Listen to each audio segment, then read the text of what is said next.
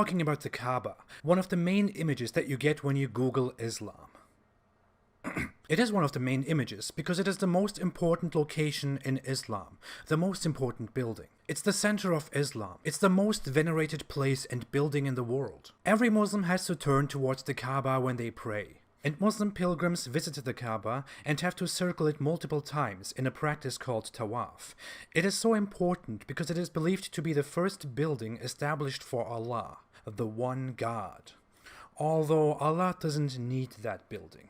Weird. Today the cube is surrounded by the greatest mosque, the Great Mosque of Mecca, or the Sacred Mosque. The Islamic belief on the origins of the Kaaba are very different from what an objective, non-Islamic research finds. According to Islamic belief, the Kaaba was built by Abraham, the forefather of Abrahamic religion, and he was told to build it by Allah. That is made very clear in Quran chapter 22, verse 26. Muslims believe that Ishmael, Abraham's first son, was given the blessing of the Kaaba so that his descendants would make an annual pilgrimage and a sacrifice feast at the Kaaba. Muslims believe that Ishmael was Abraham's religiously important and chosen son, although the Bible, where Abraham's story originated, says that God chose Isaac, not Ishmael. Ishmael is described as a warrior, and not the one who inherits his father's legacy. He is seen among many Jews as wicked but repentant, while Christians simply see him as Abraham's other wicked son. It is quite weird that Arab Muslims would make such a change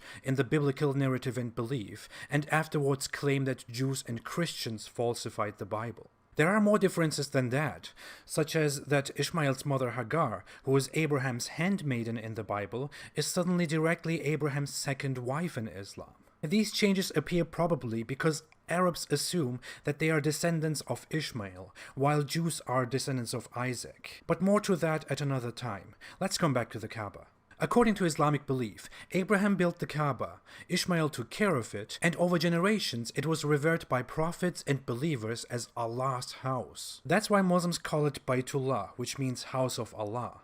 In the Quran it is also mentioned as sacred house, revered house, and so on. The black stone at one corner of the Kaaba is also believed to have been placed there by Abraham. But at the time of Muhammad, the Kaaba was held holy by Arab pagans, not by Christians and Jews. Muslims and some scholars close to Islam also claim that Christians and Jews regularly paid respect to the Kaaba, but there is no such evidence. As for how the Kaaba became a pagan site, Muslims explain that people became over time inclined towards polytheism and idolatry, which would explain why there were idols in the Kaaba during Muhammad's time. But the Kaaba, according to Islamic sources, was nevertheless dedicated to one God and was also a very important site because Mecca was a trade center that was visited by people of all kinds of beliefs. Again, according to Islamic tradition and belief, Muhammad started preaching at the Kaaba once he declared his prophethood. And after he was driven out of Mecca and fled to Medina,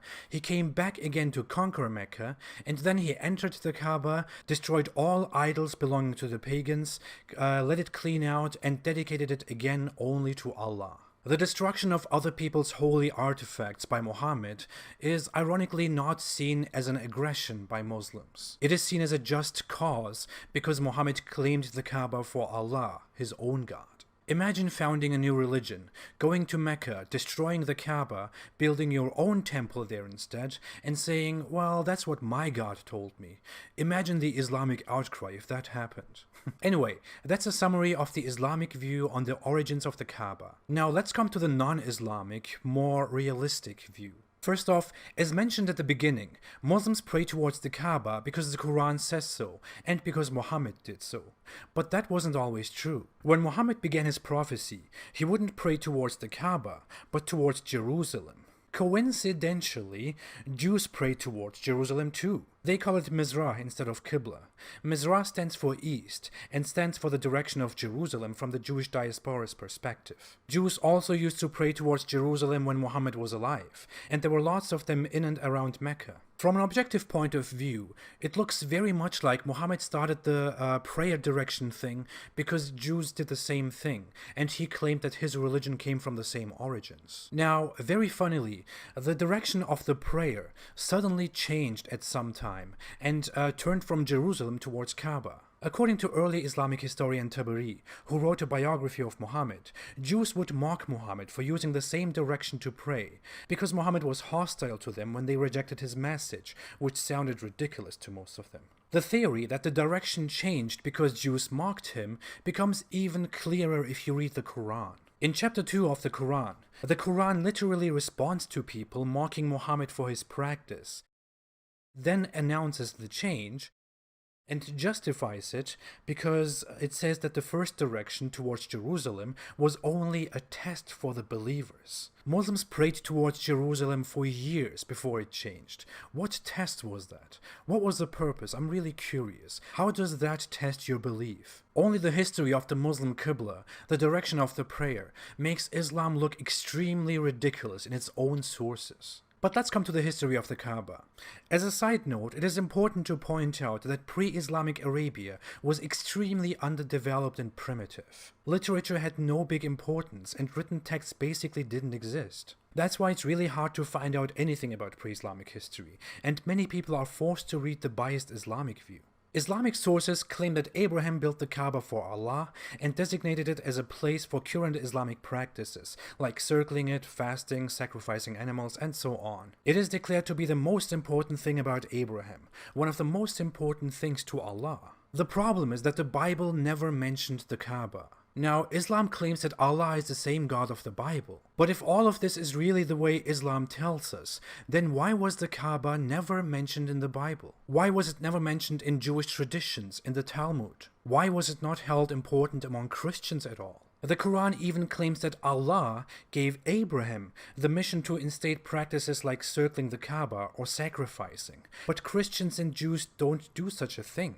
If that place was so important to Allah, who Muslims claim is the same God of the Bible, it would have been frequently visited by Christians and Jews everywhere. But there is no mention of the Kaaba at all in the history of Christianity and Judaism before Islam. Only Islamic sources claim that Christians and Jews also respected the Kaaba religiously, but there is no evidence to that. That's why many historians don't buy that story. Sure, Muslims claim that Jews and Christians falsified their scriptures, the Bible, but both Jews and Christians, especially their religious authority, want to be believers and uphold their religion. What is the purpose of removing references to the Kaaba from the Bible, from other texts, from their oral traditions, or even from their memories? Why would they do that? If the Kaaba is only not mentioned among Christians and Jews because the Bible was falsified, how the hell did Christians and Jews even manage that when there are so many heretical sects among both religions? It was difficult to unify Christianity and Judaism about very basic things like dress codes and Jesus, but it was so easy to get rid of venerating Kaaba altogether, all Christians, all Jews. No serious and normal person, no healthy person could possibly believe that. Also, the locations and journeys of Abraham are in the Bible. Current illustrations of his journeys and locations show approximately where he was and what he did. He was far in the north. Mecca is not even remotely close to his journeys, and traveling there would have taken so long and would have been so pointless. According to most credible sources, early in history, the surroundings of Mecca were mostly an empty, unfriendly, and uninteresting desert. Some Muslims attempt to prove that the Kaaba was actually mentioned in the Bible by pointing at one part of the Bible where it talks of Abraham building an altar. But according to the Bible, Abraham built several altars for God in multiple places, not only one. The same apologists who make such claims totally ignore that fact. Also, if Mecca and the Kaaba were so important to Abraham's God, wouldn't the Christian Romans have come down to Mecca and taken it? That brings us to our next point. The Romans didn't even touch anything close to Mecca, especially after becoming Christians. The closest point that was ever taken by the Great Roman Empire was a place called Hegra, which is today called Medain Saleh. It is closer to Jerusalem than it is to Mecca. And the Roman Empire didn't leave anything untouched that was remotely important, and the desert dwellers had certainly not the strength to stop them. Also, Mecca was never even mentioned by non-Islamic and non-Arab sources until the 8th century, when Byzantines mentioned it due to their relations with the growing Muslims. This refutes one Islamic point, that the Kaaba, Mecca, was a very important and big trade center. That is only an Islamic claim. It was visited by Persians and surrounding Arabs, sure, but it was not a big trade center. There is no evidence to that, and every evidence points against that claim. That's why many historians actually come to the conclusion that the claim that Mecca was a trade center was only made up by Muslims or exaggerated because it was only important to Arabs. If it was really such a big and important place of trade and culture and whatever, North African rulers, Romans, the Eastern Roman Empire, Persian empires and others wouldn't have ignored it, for sure. They would all have attempted to take it, but evidently no one, no matter from what belief, cared about Mecca until Muhammad was successful with his prophethood. All evidence that we have points toward the theory that the Kaaba was only built a few centuries before Muhammad, by Arab pagans, not by Abraham, not by Christians, not by Jews. By the weak Arab pagans that weren't remotely as big and strong as early Christians, Jews, and other religious groups. As mentioned, according to Islamic sources, the Kaaba was full of pagan idols, hundreds of them, and had other idols surrounding them. Because, you know, the Christians and Jews were totally not bothered that some pagans are messing with their holy site. They just thought, oh man, I'm just here to buy some things for my children. The main idol of the Kaaba was Hubal, who was the supreme god of the tribe that held the Kaaba, the Quraysh tribe, to which Muhammad belonged too.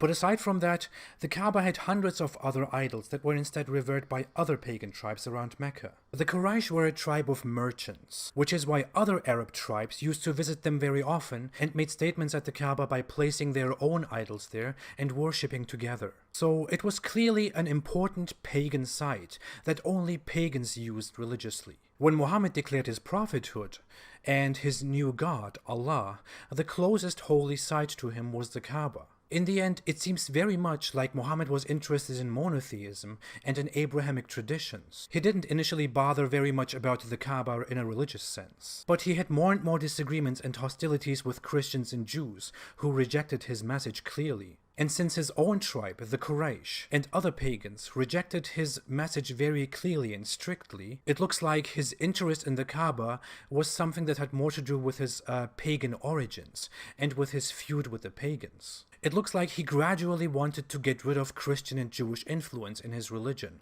but he also wanted to get rid of the pagan pressure, because the pagans in Mecca didn't like him and wanted to prevent him from growing. So he designated the Kaaba as the center of his belief, as the direction of his prayer, just the way pagans used to. And he used this cause, conquered Mecca, captured the Kaaba for his own religion, but reinstated pagan practices like circling the Kaaba and venerating a black stone that was venerated before only by pagans. It looks very much like all of this is just a pagan thing, nothing related to the Bible. Nothing to the God of the Bible, the prophets of the Bible, and nothing related to monotheism and Abrahamic religion. As said, there is simply not enough evidence about pre-Islamic Arabia, but all evidence that we have clearly points to this, that the Kaaba was only fancied by Muhammad due to paganism. There is just no evidence at all for Muhammad's and Islam's theories. That's why, from an objective, honest, and researching point of view, we can only come to the conclusion that the Kaaba is an Islamic issue,